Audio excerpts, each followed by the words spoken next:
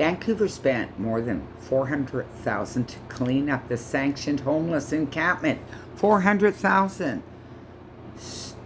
As homeless advocates hold a celebration of the 3rd anniversary of stealing our park downtown East Side Vancouver. No, I don't feel sorry for them. Do what I did, go to a homeless shelter. $400,000 for 20 people left there. Can you 416?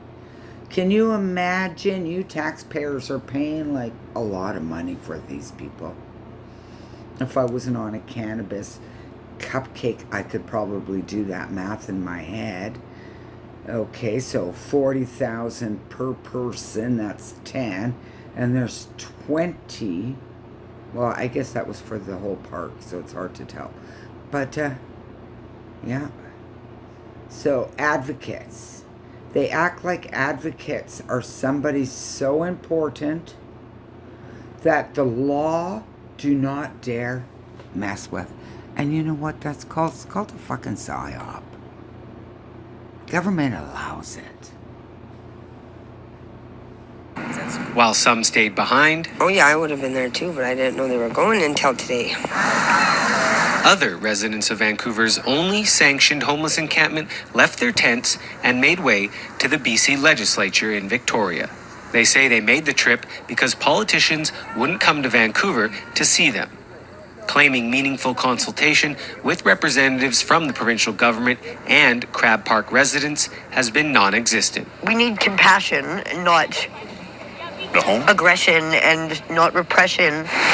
So they're moved into some kind of permanent home, which is a better place for them to live. Although the province has repeatedly said encampments are not safe for anyone, a few tents remain. There are some advocates that are quite helpful in helping build relationships, and there are some that urge people not to leave. And so that makes it really challenging. BC's housing minister says Crab Park was once home to more than 100 people, and they're working diligently to get those still living here inside. We're down to 10 people. Certainly hope that those last 10 will continue to work with us so we can find them appropriate housing. I'd rather live here than an SRO. Have you been offered housing? No, not yet. I mean, ultimately, it's your life at stake. Exactly, right? Randon is concerned some advocates may be speaking for the most vulnerable without consulting them first. And when it happens, I find it rather offensive. There may be things in there that we're not okay with him saying, right? For now, he too would rather stay here than move to an SRO. Kristen Robinson, Global News.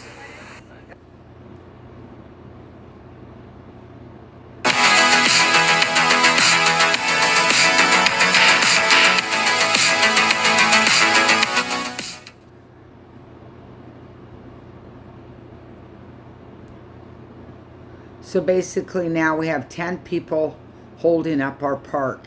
10 people. That's pretty selfish, you know, because this is a big community. It's very densely populated. And, oh yeah, I would love to be able to go to the park, but I'm not going to feel safe. I get even attacked by a fellow YouTuber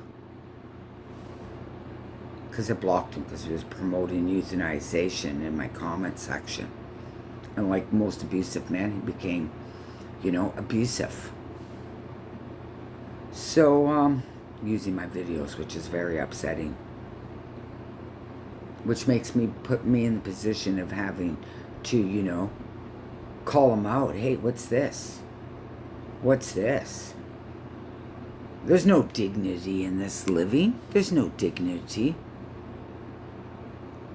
So, a lot of money. A lot of money to do the cleanups. Hopefully they can get these last 10 inside and we can get our park back for the summer. 10 people. It's not hard for them to stay in the homeless shelter. It's just as hard as it is. Actually, it was harder for me because I'm not on hard drugs. So I was second-class citizen. These guys are all going to be first-class citizen in a homeless shelter.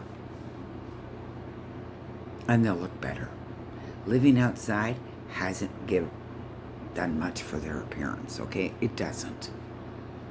I watch people that look good when they live outside too long. You can see it on their face. And these are vulnerable people. They're not the smartest, you know. Because if they were, they wouldn't be living and having these fucktard, you know, like Ryan Suds, stop the sweeps, you know, let crime overtake the streets attitude. Those kind of people, yeah, they make a lot of trouble. And they should be arrested. Bringing down a community instead of building it up. We would like to have our Crab Park back. I remember going to Crab Park before the whole tenting season came out. So, yeah, that was pretty bad. It was another psyop. Flood our streets in Vancouver on Hastings, turn it into a big shit show with tents, turn it into a toilet. It's just, the smells are horrific down here. All over the place. It's not, but more on the 40 East Hastings and a couple of those blocks, 3 or 4 of them, just absolutely horrific. All the alleys are horrific. Costs a lot of money for people, you know, that have businesses here to keep up with the poop and the urine. And a lot of it comes from humans. Most of it comes from humans. Quite frankly, these advocates that advocate for this kind of lifestyle made dangerous camps for women. And you got to be pretty misogynistic to expect a woman to go into a camp, and where 100% of women that were interviewed in these Vancouver camps said yes, they were sexually assaulted. I counseled 2 young women in their early 20s crying. It was horrifying. And that was from Open Rapeheimer Park up the block. So, give us back our park. Go to a homeless shelter. Fuck off, Ryan Suds. And your Stop the Sweet shit. You still have a tunnel named after you, Ryan Suds Stabbing Tunnel.